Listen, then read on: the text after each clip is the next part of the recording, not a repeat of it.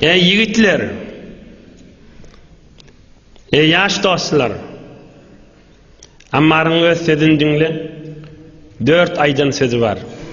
Bir gün Arak'ta suğun aptalına duranmıştık. Kan sahabalığın ve kan Müslümanlığın arasında. 4 söz aytıptır. Hudaý çağırıp. Allahümme lev a'lem ennehu erzalek en ermi bi nefsi minel cebel fe eteradda fe askut faaltu. Hudaýa eger men şo dağdan özümüzün etek düşýänçem pir pıtır olup doğrum bolsam sen radi boljak bolsaň Hudaýa özüm dağdan oklaryn dipdir. Bir söz. İkinci söz. Hudaýa eger ot yakılsa ve senin raziçılığı şonun içine oklanyp jyzyr yanmaly boljak bolsa özüm eglenmän oda oklaryn sen razi bol Hudaýa diýipdir. İki söz. Üçüncü söz. Fırat akar suwun maşynnamış. Hudaýa sen emrin bolsa ve sen razi boljak bolsaň şu suwun içine özüň oklatda içinde boğulup suwun etegini dinimi bölmeli bolsa ve sen raziçylygyň şonda bolsa eteginden çykman yataryn janym çykýança diýipdir.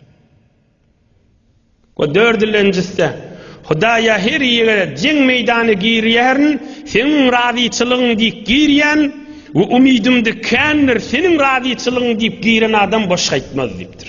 Ene bir de kudreti imanı. Hazreti Ammar radıyallahu anh Yemen'den göçüp gelen büyük insan. Nebi Ekrem aleyhissalatu vesselam'ın üstüne odul Peygamberimiz aleyhissalatu vesselam'ın yaşayışında aydamızda kan bu barada gurrun edendir. Kim Mekkeli adamla kan eziyet berttirli. Müslüman olmandırlar. Kafir olup geçiptir bir tuturlar. 13 yıllar Peygamberimiz aleyhisselam aralarındamıştı. Birce 70-80 nefer Müslüman vardır. Ahir öldürecek deyip kovalaptırlar. Bu ölüp gidellere tebbet yada Abi Lehabin ve tebbul küttüler. Kıyamete çeli ruhları, özleri hem mekşin gözünden kaçıp ölüp gittiler. Hazreti Mevlana nâme diye zin tenazuha Muhammed der acab der teaccub niz mande bu Lehab. Peygamberimiz heyran galya diptir şöyle imana girmeyeler diptir. Ebu Lehab heyran galya başka yurttan gelip şöyle Müslüman molyalı diptir. Zin tenazuha Muhammed der acab der teaccub niz mande bu Lehab. Peygamberimiz heyran galya şöyle nem dip Müslüman molanak diptir. Peygamberimizin nur bağından gelip hayırlanan akla ne kölvesinden, ne gülünden, ne meyvesinden Ebu Lehab heyran galya diptir. Hem başka yurttan geliyeli divaytiyeli diptir. Gerkesi mi gofteshan zin surevi ta azin ascar mustaset şevid cümle mi goften ki in miskine mast az qada vallah divane şöde ast. Ammar yali biri adamla Müslüman molun diyseli de vallahi divanı deyip onu yetişerli deyiptir. Sayeyi ura nemididen hiç settufu berdi dahaye piç. Tüf şolun yüzünü deyiptir. Peygamberin bağının kölgesini görmeyen bolsalar deyiptir. Sayeyi ura nemididen hiç Muhammed Peygamberin kölgesini gören akla bağının kölgesini settufu berdi dahaye piç. Yüz gaytar tüf olsun şolun gözünü şonu görmeptirli deyiptir. Şolun gözünü tüf deyiptir görmeyenige çık gittiler deyiptir.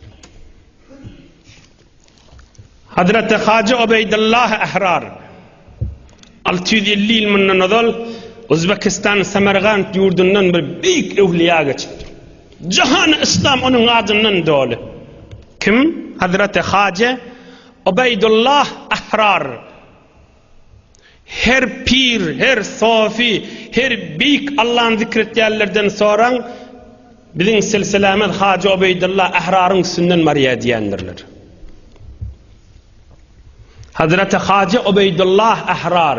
Tamam sof pir Allah'ın zikretkenlerden sonra bilin pir şiir var ya Hacı Ubeydullah Ahrar'ın üstünden geçip gitti. Hacı Ubeydullah Ahrar näme diye?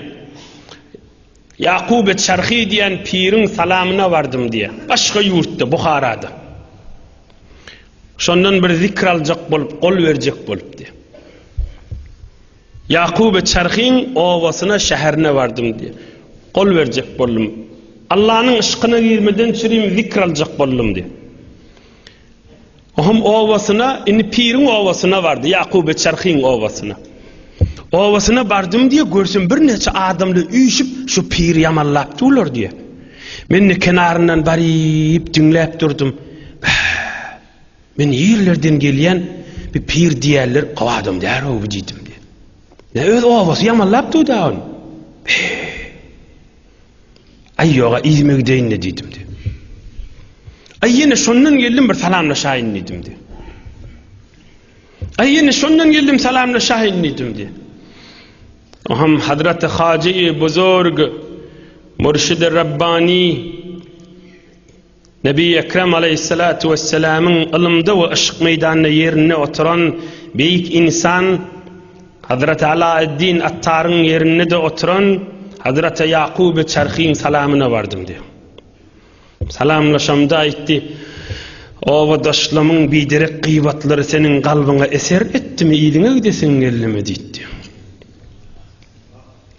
Ovadaşlamın biderek gurrunları, gıybat töhmetleri kalbınlaran kılattılam sen ey Ubeydullah dedi diyor.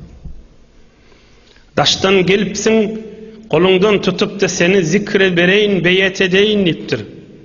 Yoksa menne yüreğim senden tas daniyadı deyiptir. Menne sen kolundan tutacak adım yoksa sen yüreğin biter dani deyiptir. Ovan adamları gıybat edip, töhmet edip, üyüşüp yamallap duqalar keplerini kulak asıp kalbin karan kılattılar mı deyiptir. Hazreti Hacı Ubeydullah Ahrar kol verdim diye.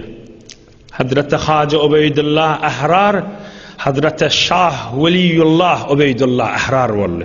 Şonun gurrundaş olmağı bilin. Şonun hem sohbeti bilin. Şonun alan zikrin nuru bilin. Şonun büyürük ve irşadatları bilin.